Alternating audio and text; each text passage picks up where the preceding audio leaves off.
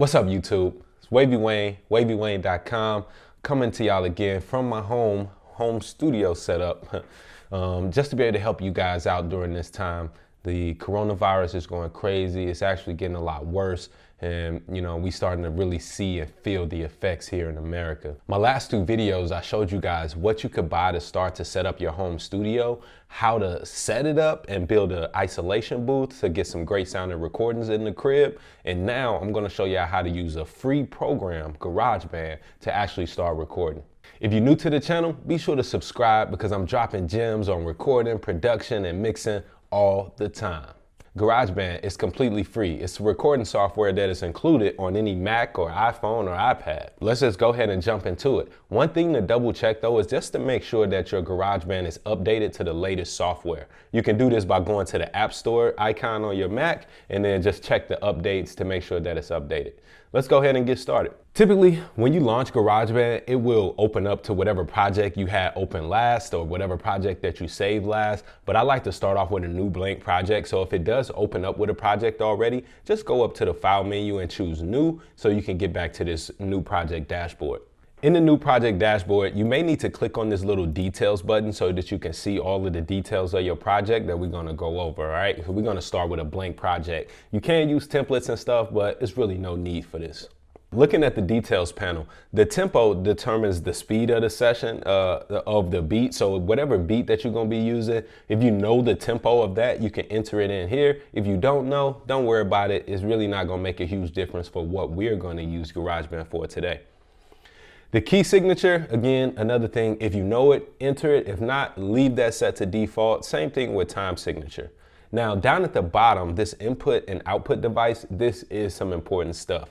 As we talked about last time, we probably connected a professional level audio interface to the computer so we can connect our professional microphone. Hopefully you're not using a USB microphone. If you are, that's cool. You're not gonna get the best results, but they won't be the worst, all right? Especially as long as you're not using the native Mac microphone, you should be all right. But under input device, you want to select whatever audio interface it is that you have. So hopefully you have your audio interface already connected to your computer, powered up if it needs to be powered up, and it's ready to go.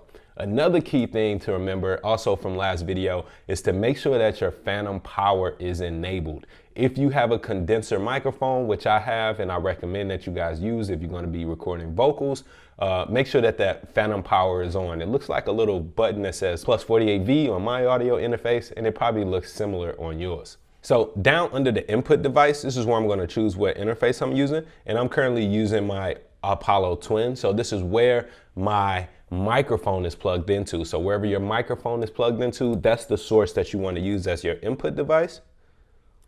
And then under your output device, you want to choose wherever your headphones are plugged up into.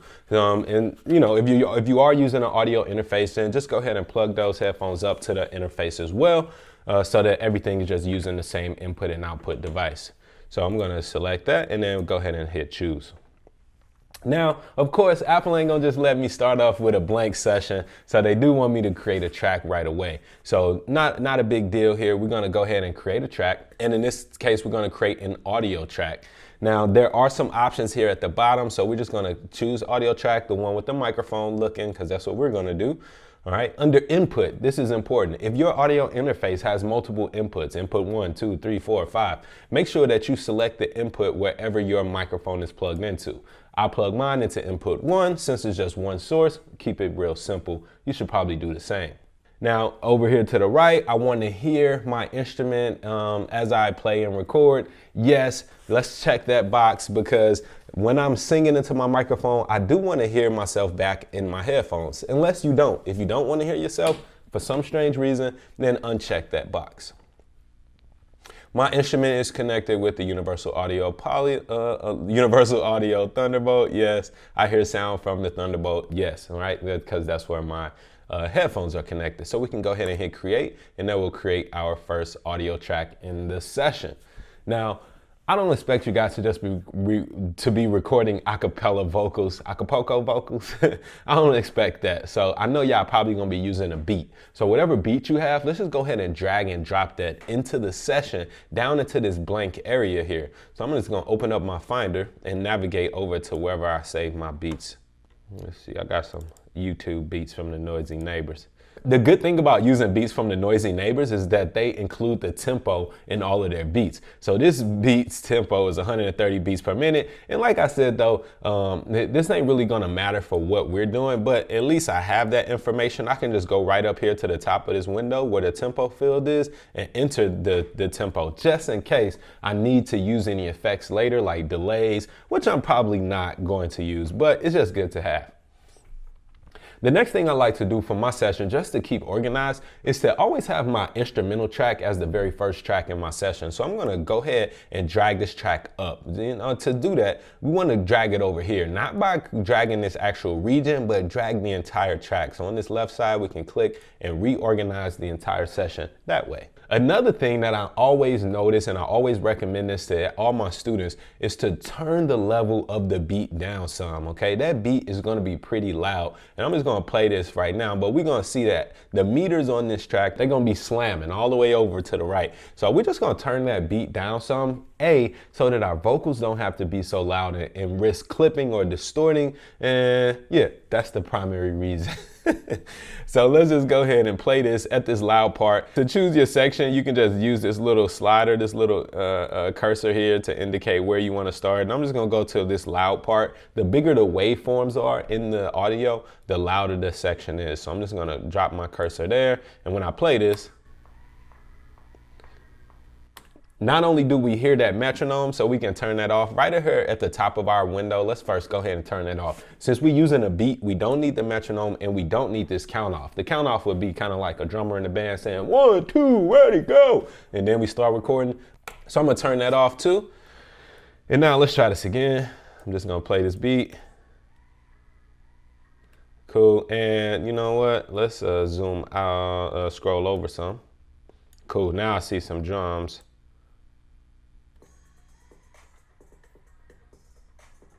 Right, so I'm just gonna turn that beat down some, probably about -6 to 8 dB.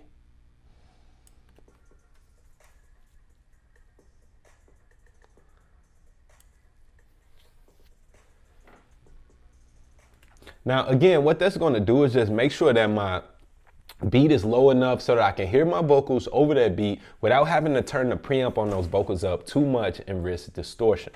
I am going to now come on over down and select the audio track that I'm going to be recording on.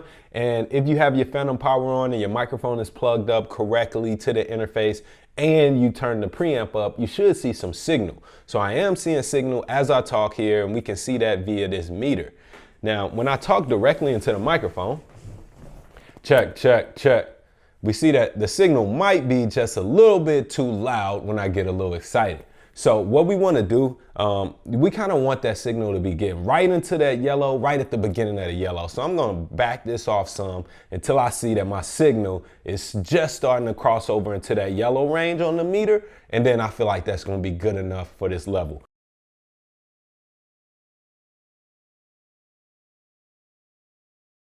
We don't want to be too loud and we don't want to be too quiet. The problem with being too loud is that you risk clipping and distorting, which will ruin your vocals. And the problem with being too quiet is that you'll be closer to all the noise in the room. And then when I have to turn it up later, it ends up turning all that noise up as well. So it looks like we got a good clean level and we should be ready to record. But before we do that, let's take a look at some of the effects that we might want to use to enhance this recording experience. GarageBand makes it really easy to add effects, and honestly, I feel like this is all you need to do for now. Remember, we're going to actually record this and then export all these tracks and send them off to our mixing engineer so that they can professionally finish the job for us. We don't want to spend a whole bunch of time worrying about effects and EQs and compressions and reverb and all that stuff. We just want to be creative for now and send this project off to a mixing engineer that can finish the job. So, on the left side, you got the little library, and if your library tab isn't showing, you can just click and you can just show and hide it by clicking the little library button here. And then on the track that I have selected, let's just double click and rename that. We'll call it Vocals 1, all right? And then I can go over here to the left and choose one of the voice presets that they have. So let's put my headphones on and see what this sounds like. All right, so you're just gonna go through these and pick one that you feel sounds good, whatever sounds natural to you, whatever is gonna help you to record. Here's a natural vocal. Oh, I kind of like that. Has a little bit of reverb, a little compression. I think I'll start there for now.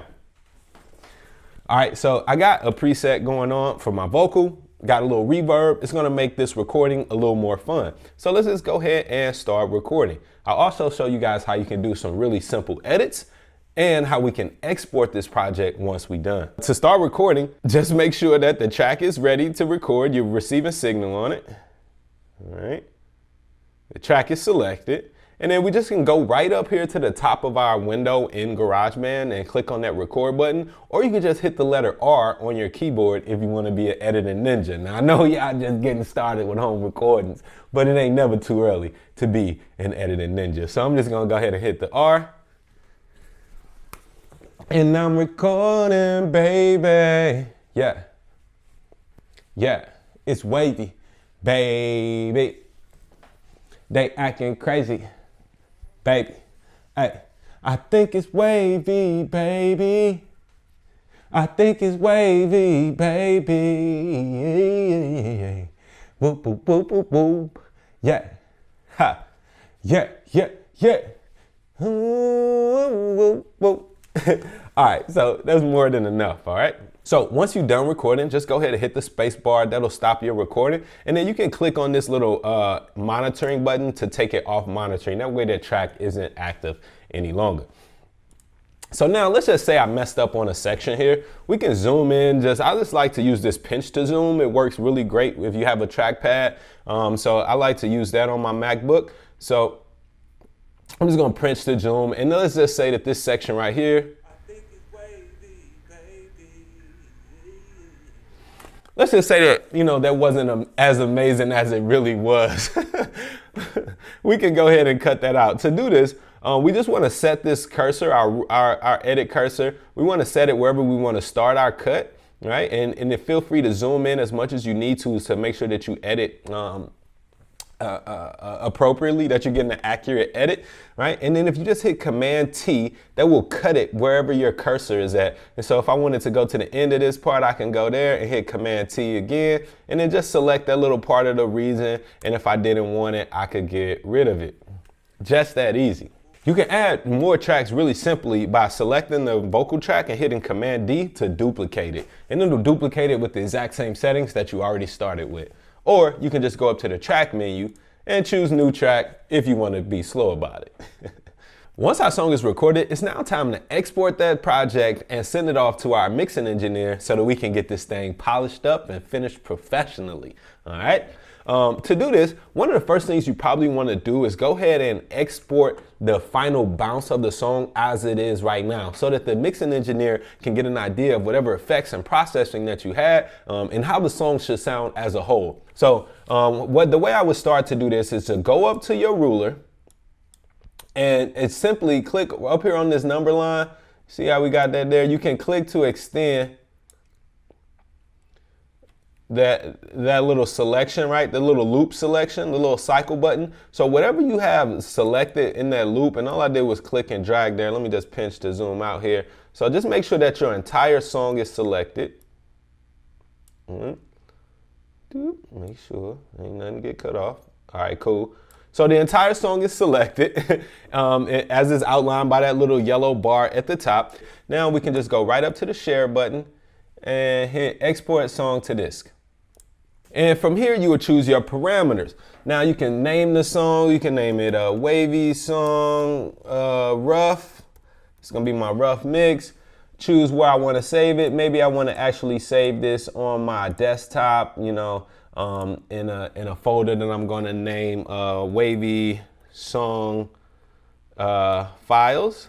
This is gonna be where I send everything. I'm gonna just collect everything here. I mean, and for this part, of course, I like to use WAV files. So I'm just going to go ahead and select WAV. That way we get an uncompressed, high quality WAV version of the file. Uncompressed 16-bit CD quality, that's fine. For now, let's just go there since this is going to be our bounce. But once we export our individual files, we will change this over to 24-bit. The last button here says export cycle area or length of selected regions.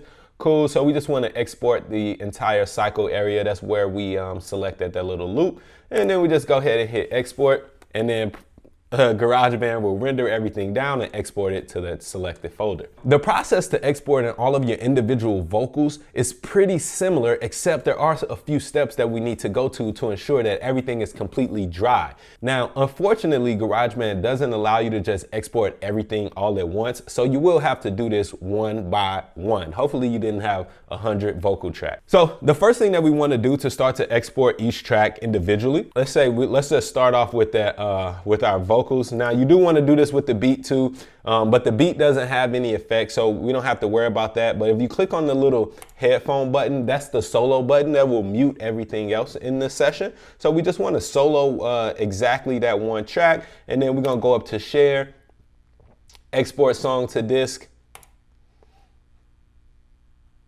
and then same thing here, name it. We can name it beat, whatever. Save it as wave. But for this one, when I'm sending off to my mix engineer, I do want it to be 24-bit. So that individual beat file, I want it to be 24-bit. We're just gonna hit export. And then I'm gonna do the same thing with my vocal track. So we're gonna take this one off solo and go down to this vocal track and put that one on solo. Now let's just listen to these vocals for a second.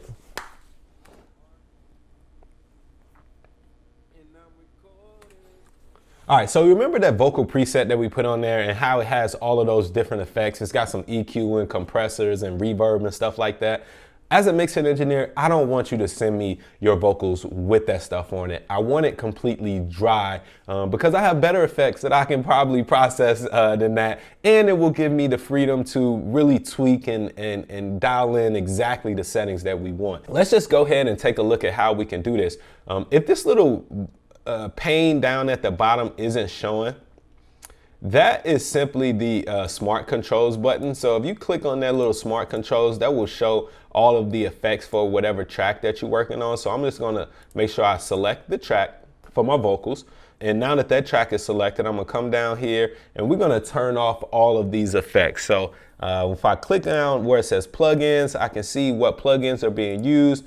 So let's just go ahead, and there's a little power button next to each one of these. We're gonna turn it off. And then we're gonna turn that echo off. We're gonna go over to the master track. We're gonna make sure that nothing is turned on. And then we're gonna listen to that vocal just to ensure that it sounds completely dry. Nope, there is some type of reverb happening somewhere. So let's see, effects. Okay, here we go. Turn that off, and then let's play it again. Still. Okay. Aha, master reverb. We can turn that off. Nope, still. Aha. So, you know, under here, it's a bunch of, it could get a little tricky, but you definitely, when you use one of these presets, you want to make sure that you turn everything off.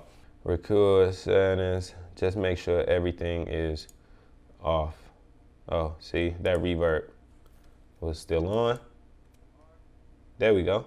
Now that I've got the effects removed from my vocals, I can go ahead and export them. We want to continue to export every single track for the full length of the song though. So that same loop, that same cycle that we set up already, we're going to keep that there. That way all of our files are exactly the same length, and when we import them into Pro Tools or Logic or whatever we're going to use to mix, everything will line up perfectly. So don't change the cycle setting. We're going to keep that the same. But we got these dry vocals now. I'm going to go to share, export song to disk, and we're gonna name this vocal 1, and you see it's already pointing to that same file, uncompressed 24-bit. We want that export cycle area just to make sure that it's going to export for the entire length of the song. Hit export,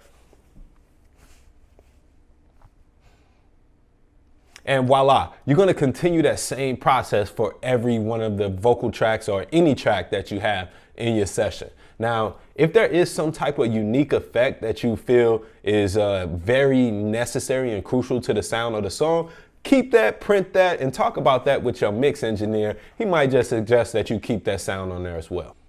All right, y'all, I know there's a lot of serious stuff going on and y'all all trapped in the house. You can't get in the studio, but hopefully these last 3 videos were able to help y'all to get your home studio set up so you can continue to create and be creative, because we need that out here. We need your songs, we need your music. And if you're an engineer, please share this video with your clients, man. All 3 of them, they at home, they want to be able to get the mixes out to you so you can continue to mix. I'm sure your studios are shut down. My studio shut down. I ain't letting nobody in the studio. So if you want to work with me, this is pretty much the only way that you will be able to do that for the next couple of months. So yeah, let's just go ahead and stick together and keep building, keep learning. I'll have more GarageBand tutorials coming up. And matter of fact, y'all just tell me what y'all want to know. If you set up a home studio and you are, getting started with this whole thing, what would help you make it better? Leave a comment below. Make sure y'all subscribe to the channel.